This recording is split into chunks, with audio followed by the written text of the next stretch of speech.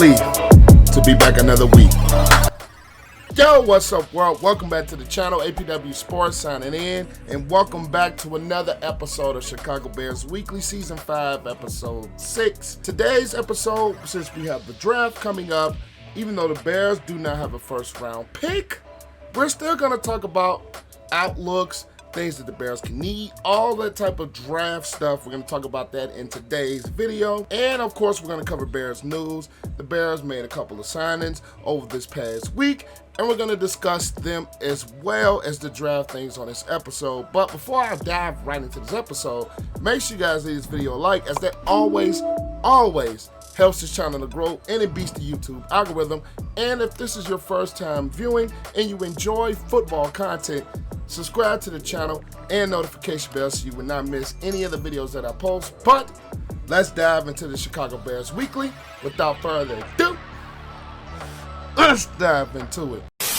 I'm striving to get rich. That's why I almost went 2 years without buying shoes and fits. Things change now. My mom hearing me wear my music and she look a little prouder. The Bears ended up making a couple of signings last week. None major, but the first one I want to talk about is the signing of Greg Stroman Jr. Now, he did spend his first 3 seasons after being a 7th round pick in 2018. He spent 2018 to 2020 with the Washington football team, now Washington Commanders. And he spent last year between the Buffalo Bills and the Los Angeles Rams on their practice squads. This guy is going to just add more depth to this Bears roster, probably more of a special teams type of a guy, probably more of a guy that can plug and play when necessary. I don't really expect too much from this signing because, like I said earlier in episodes, the Bears are just adding depth to this roster. Greg Stroman Jr. is just another player that adds depth to this roster. The Bears are kind of thin at the cornerback position outside of Jalen Johnson, and I believe Thomas Graham Jr. is going to play a better role this year. Greg Stroman Jr. just adds depth to the Chicago Bears roster. Now, the next signing I want to talk about is James O'Shaughnessy. He spent most of his career with the Jacksonville Jaguars. It's kind of like a plug-and-play tight end. He is 6'4". He is a bigger frame. The Bears already signed Ryan Graham from the Jets just to add more depth to that tight end position along with Kmet. He has some productivity with the Jaguars, even though the last couple of years there, 2019 and 2021, he spent a lot of those years on injured reserve due to various different injuries. He just adds more depth to this Bears roster. He adds more depth to this Bears tight end room. The Bears are kind of positioning themselves with this signing to go in different directions from tight end in this draft, I believe, in my opinion. So he's not a big name. He does have a big frame, 6'4", 245, and another big target that, if used right and if he's able to, number one, stay healthy during those last couple of years, and he could be a big target for Justin Fields in the red zone. And we've all known the Bears the last couple of years have struggled with red zone, getting touchdowns instead of field goals. So if he's able to be any type of a threat and produce, his 6'4" big frame can help when the Bears are in the red zone if he's in for that type of a role. And the last signing that the Bears made that I want to talk about is the signing of David Moore. Now, David Moore at the wide receiver position, he has some very solid years when he was with the Seattle Seahawks with Russell Wilson. He was able to be productive, a good threat for Russell Wilson in that offense. He spent last year bouncing around from 4 different teams, mind you. Carolina Panthers, he spent some time with the Raiders, he spent some time with the Denver Broncos, and he spent some time with the arch rival Green Bay Packers. He was on various different practice squads. I just think he's more of a depth signing again. Of course, the Bears did add more at the wide receiver position, but I will talk more later about that in this video. But he's just another player that can add depth, and when he's in the lineup, I believe he can be a very productive player. Seeing his time with Seattle and Russell Wilson, and in my opinion, even though Justin Fields isn't there yet, I believe he has some similar characteristics to Russell Wilson. Now, they're not developed there, they're not there yet, but I just believe he can get to there at some point. David Moore is another complementary piece to add to the Chicago Bears offense. So I really like all 3 of those signings. They add depth to tight end with O'Shaughnessy. They add depth to the corner position with Stroman, and they add depth to wide receiver with David Moore. And David Moore has been more productive out of all 3 of those players. We've seen him produce with the Seattle Seahawks. So I believe he can come into the Chicago Bears Luke Getsy offense and has some productivity in it as well. Now, let's dive into the meat of this episode. And we have this upcoming draft this weekend. To be honest with you guys, there's a little bit disclaimer before I dive even deeper. I am not one that personally studies the NFL draft. I am not one that goes dive deep into player highlights. I am not that type of a guy, to be 100% honest with you. I'm not going to sit here and pretend and act like I'm one of those guys. I'm not. Now, the players that I do have some interest in, I'll probably look and do a little things here and there, or players that I've personally seen in college watching Ohio State. And if you guys don't know, I'm an Ohio State fan. But I'm not going to be one of those guys that sit there and try to break down every player or spot or anything with the players in this draft, because to be honest with you guys, I'm not a big person on the draft and doing all that evaluation, because to be honest, I think the draft is a little bit over-evaluated with the combine and all that, but I'll say that for a different video for a different day. So let's just dive right into the Bears' projections for this draft. Quarterback, wipe that out the window. It's not going to happen.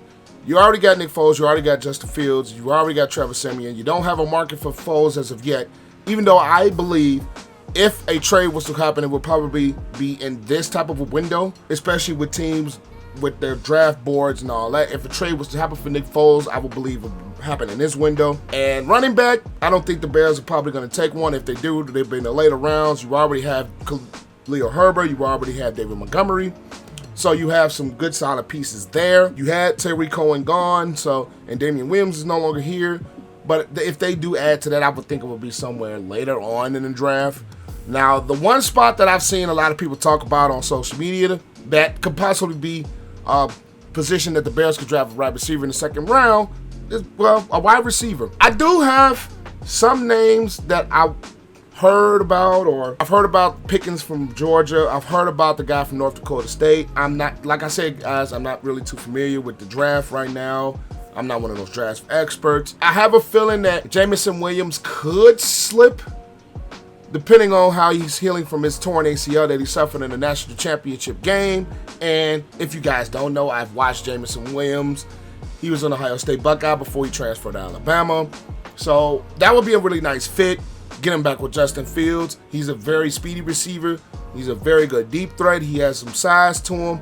So I would think Jameson Williams, if he was to slip to that second round, could be a very good productive player for the Bears. The Bears have already added a lot of depth at the wide receiver position to go along with Darnell Mooney. You add Equinemius St. Brown, Byron Pringle, and they just signed David Moore. So I believe you still have some depth at the wide receiver position, but I still believe you can use an upgrade. So I believe they're going to take a wide receiver in the second round. Tight end, I don't think the Bears are going to go that route early in the draft. If they do, it will be late. With the signings of O'Shaughnessy and the signings of Griffin, and you already have Cole Kmet, who I believe can turn into a very solid player, and Hellstead himself. So the Bears have a big tight end room. I don't think they're going to go there as far as the draft goes. Now, the one position where I believe they will draft, and they probably might draft multiple players, is this offensive line. The Bears' offensive line last season was terrible. Not good at all. They did have a solid run game, but as far as pass protection goes, and the injuries alone, it was terrible. Jason Peters, he was and he didn't stay healthy. Fetty, I've never been a fan of him. Whitehair had his struggles. James Daniels had his struggles. He's no longer here. Now you do have young Tevin Jenkins and young Larry Borum that are still developing on your line. The Bears ended up signing Dakota Dozier and Lucas Patrick to help beef up this offensive line, but I still believe there's going to be some work done. And Ryan Poles, being a former offensive lineman himself, and Ryan Poles really addressing the needs of this offensive line, and him coming in and saying he doesn't like what he sees from this offensive line, I believe there's going to be a spot that is going to be addressed, I think, in multiple picks in this draft. Now, we're going to go to the defensive line. You have Robert Quinn. You have Travis Gibson. You have Angelo Blackson in your middle. I do think the Bears are going to address that at some point. You have Tonga as well. I do think the Bears are going to address that. You add Justin Jones in free agency this year as well. So I believe depth of this defensive line is something that the Bears are going to address in this draft. Now, I've been seeing rumors that Akeem Hicks could possibly be back. I don't know for what type of price tag. I don't know for what type of salary. But if he is brought back, he does bring that veteran presence. He does bring that leadership. It's just the question is he going to stay healthy? He brings value to a Bears team. Don't get me wrong. With his leadership, with his emotional leadership, with his veteran experience, and his productivity when he's healthy, but it's just a problem of health the last couple of seasons. Now, your linebacker position, I do believe that's something the Bears are going to add as well. Ogletree was a player last year. He's no longer here. Of course, we got Roquan, who I think is one of the better linebackers in this NFL. You did add Nicholas Morrow in free agency to add more depth, but I do think a linebacker is a spot that the Bears are probably going to address in this draft, add more depth to it, because you are transitioning from a 3-4 to a 4-3 defense. So I think the linebackers are going to be playing different types of roles than what we've seen out of the past couple of years with the 3-4 defense that the Bears have been running ever since the Vic Fangio days. Basically, at the end of the day, I do believe linebacker is something that the Bears are going to address. We do switch to the Bears cornerback position, and I think cornerback is going to be something that the Bears address in this draft. Jalen Johnson, and I think Thomas Graham should have a bigger role in this team. The Bears don't have much at the corner position. I do think that is something that is going to be addressed with this Bears roster. The safeties position as well with Eddie Jackson, and they bring in a guy like Dane Cruikshank. I still believe safety is going to be addressed in this draft. You probably got to do something with your punter position at some point, maybe undrafted free agency or anything like that. Kicker, you have Santos set, so I don't believe that they're going to go there. But positions that the Bears, I believe, are going to go, I think they're going to go to wide receiver at some point in the second round. They're definitely going to address more depth on this offensive line. Linebacker is a position we can look at. Defensive line, I'm not sure. We're not sure what this Ryan Poles era is going to look like, but corner and the defensive backfield in general, I think it's something they're going to address as far as depth-wise, but I don't expect too many trades in this draft for the Bears, to be honest. I don't think the Bears are going to really move up. I don't think the Bears are going to make some extreme trades. They might move around here and there. If they like a guy at some point, they might move up a couple spots or do something like that. But I don't really feel nothing is going to be extreme in this draft because we're in the year one of a rebuild. Not really, I ain't going to say a full-blown rebuild, but a restructure of this roster. So Ryan Poles has already said he's going to build through the draft, and I think he's going to do that with this draft. Get guys that fit their system, get guys that fit their culture that they want to have, and I believe they're going to start building those young pieces up. So I don't expect the Bears to make any big-time trades like they did in last year's draft to go get Justin Fields, like they did to move up to get a first-round talent on the offensive line like Tevin Jenkins last year. I don't see any of that happening because I don't think Ryan Poles is going to be as aggressive in this year's draft because it is a deep draft. From what my knowledge is, this draft is very deep at certain positions, and wide receiver is one of those positions that is deep.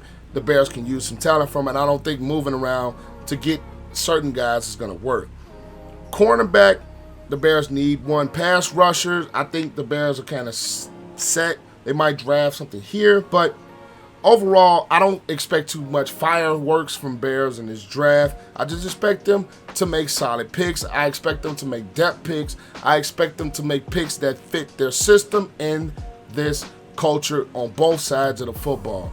But hey, those are just my thoughts on the draft. Like I said before, I said a disclaimer, I'm not really big on draft. I'm not really big on researching guys and studying them. I know a few players, but that's about it.